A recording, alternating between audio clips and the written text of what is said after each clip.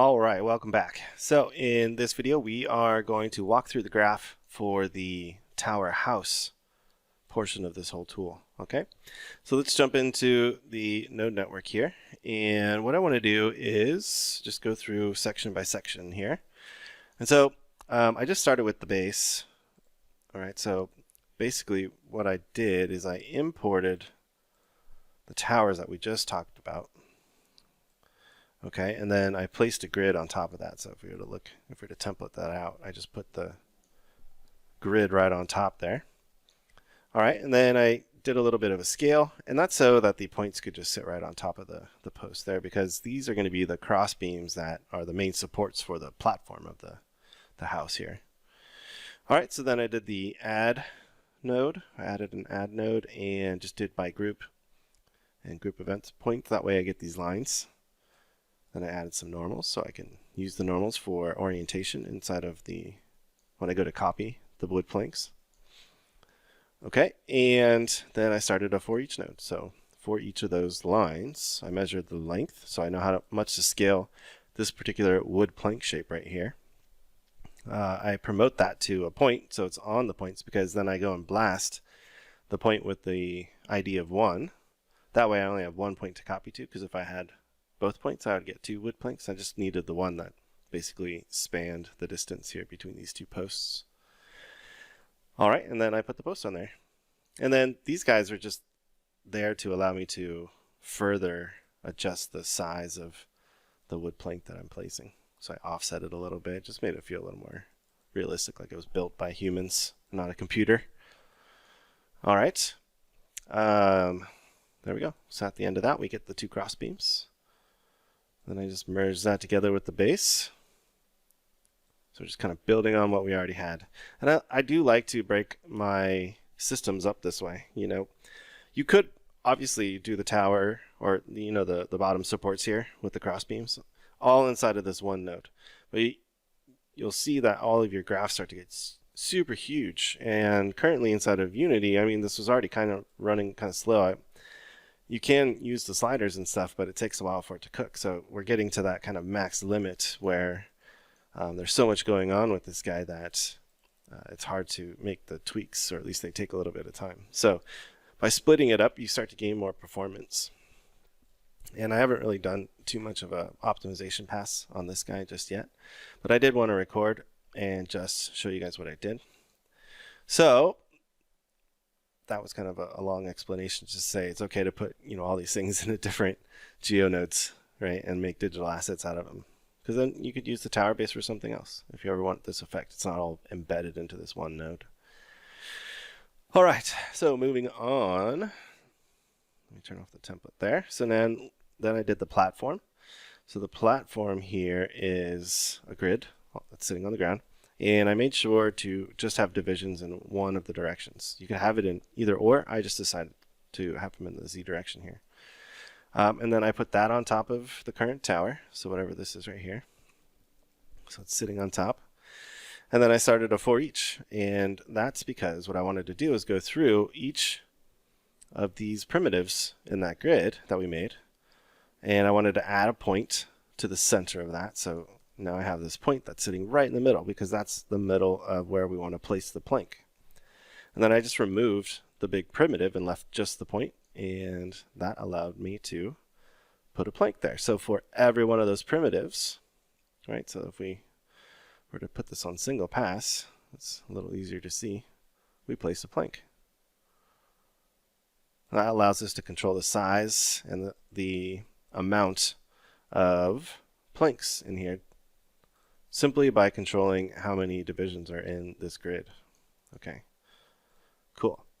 So let me actually turn that off there. All right. So then we get all the planks. And then I basically over here, I made sure to rotate them so they're facing the correct direction when they get copied. And then I just did a stagger. So I just did the good old fit function in the rand technique right there. Nothing crazy. And that just staggers them a little bit so it doesn't feel so perfect. All right, so next step here. Now we have the base and we have the platform. So now we're going to work on the walls.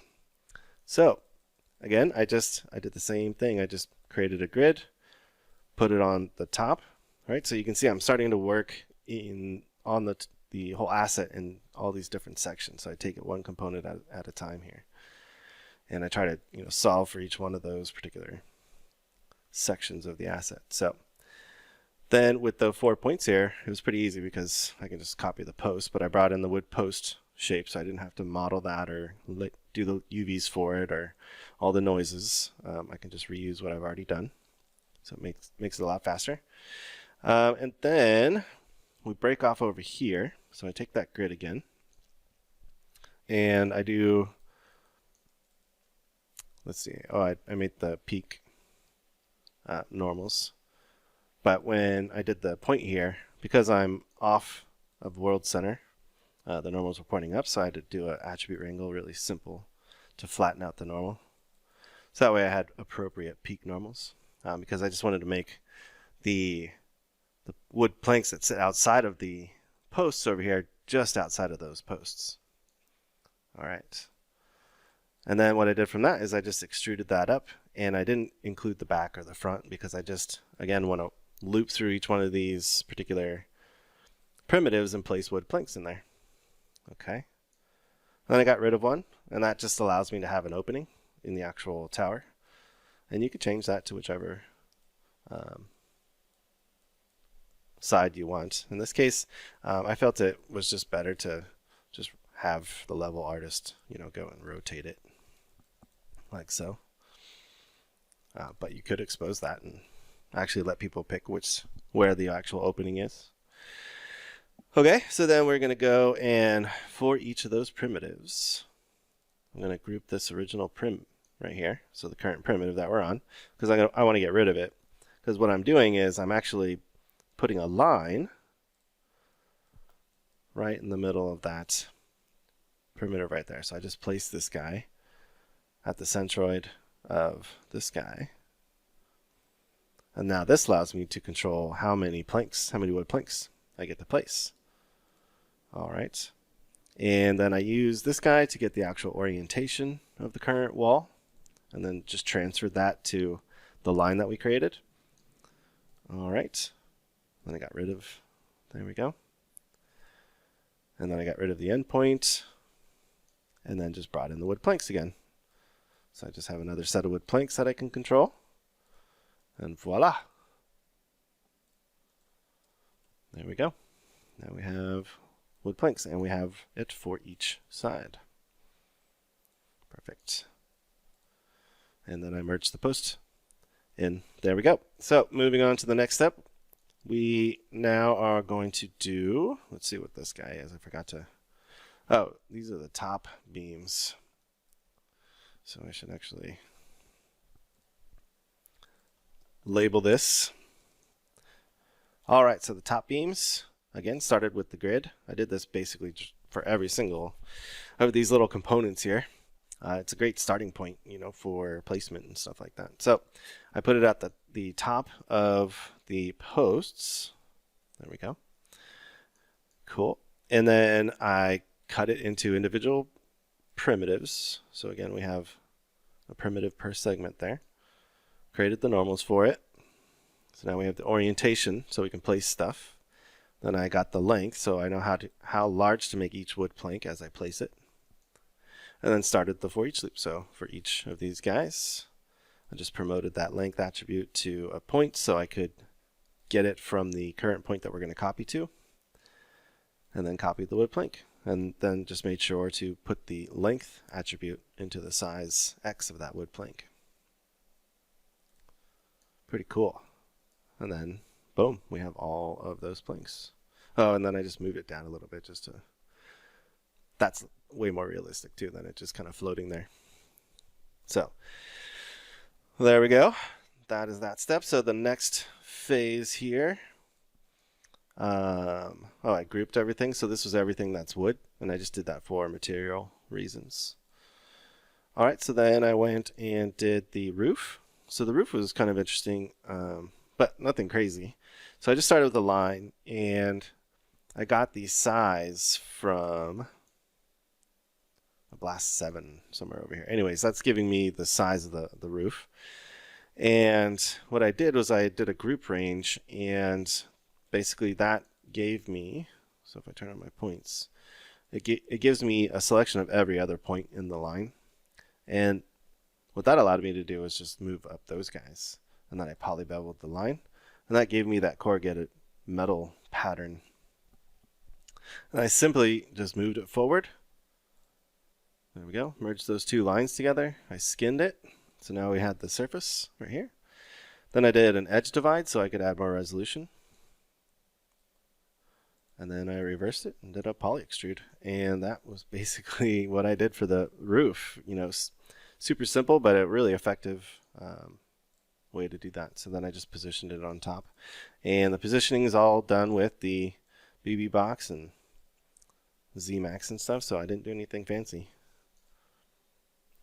And then I rotated it so, because I like the corrugated metal pointing in this direction.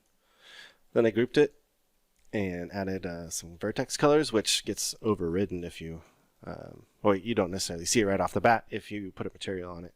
It is available still inside of the model if you use a shader. And then I applied UV seams, so I just did the min edge angle, and that gave me the UV seams. At least pretty good UV seams. It worked out just fine. And then I did a UV flatten. There we go. And then, and then I did the sandbag. So all I did was I took a grid here, and I left a bunch of points in the grid itself. And the reason why I wanted to do that was because I'm going to snap this to the corrugated metal, and that'll give me the actual kind of overlying shape of the top of the corrugated metal. All right, you'll see here in a second. Okay, so then what I did was I created a density attribute, and this is literally so I could get all the sandbags to sit in the middle of this, because the scatter will scatter points all the way around. So I need to create a density attribute. So if we take a look at this, and I do at CD equals at density, there we go. You can see I have kind of this paraboloid shape. All right, and that is used for the scatter. So I go and place this on top of the roof just a little bit higher, and then I intersect it so that way, so I did an intersect in here. That way it snaps to the top of the roof perfectly. And then I scatter some points on that. And the reason why I did that is because if I scatter the points just on the roof, I might get some points that are, you know, in these kind of gullies here. And you would notice it, the sandbag would actually interpenetrate the roof mesh. And so I kind of thought that maybe just simplifying the mesh would work better, and it did. And then I scattered some points on it. And this is where we use that density attribute. And this just makes it so the points are, there's more points in the middle here. I gave them some normals there, just pointing up in the Y direction. And then I created a random rotation using some vex right here. So I just created a random value from -10 degrees to 10 degrees and assigned it to the @rot attribute, which the copy to points is looking for. And that will allow me to rotate it by that random amount along the y-axis using this quaternion method. All right, so then I imported a sandbag, transformed it so it would be copied appropriately. So if we take a look here, just moved it up and rotated it. Yeah, there we go. And then copied it to the points. And there we go. We now have the sandbag sitting on top of the roof. And then I just merged all that stuff together. That was pretty much that. I know it was, you know, quick explanations here and there, but again, you guys have access to the file, so I would just, you know, kind of dig through each of these individual components here. And, you know, at the end of the day, they just become like a lot of different techniques that, you know, I've built up over the years, and I've learned from other people, stuff I've developed. So you kind of just take little bits and bobs out of here, all these node combinations, and it allows you to build stuff like this. So let's see. Then I removed the collision geo, the old collision geo, because I needed new collision geo. And then I got rid of the roof and the sandbags. I don't really need collision mesh for that. And then I just did a poly reduce by 30% and then assigned it to the collision geo group. And then over here, let's see what I did. So this is where I'm assigning the materials. So the wood and then the metal for the roof. And then I did the occlusion bake right here. And this time I actually just put it into an attribute because I combined the two inside of this point bomb. So I brought in that occlusion color and the occlusion value and then just mixed the two together over the current colors. And then applied normals and UV layout. And the UV layout, let's take a look at those. Did a super slick job for something like this because I'm using, tiling textures and materials for all this. All right, so that is how the tower house was done. So let's take a look at the final results and call it good. So in the next section, what we're going to do is we're going to work on the oil barrels. And that one's going to go relatively quick too.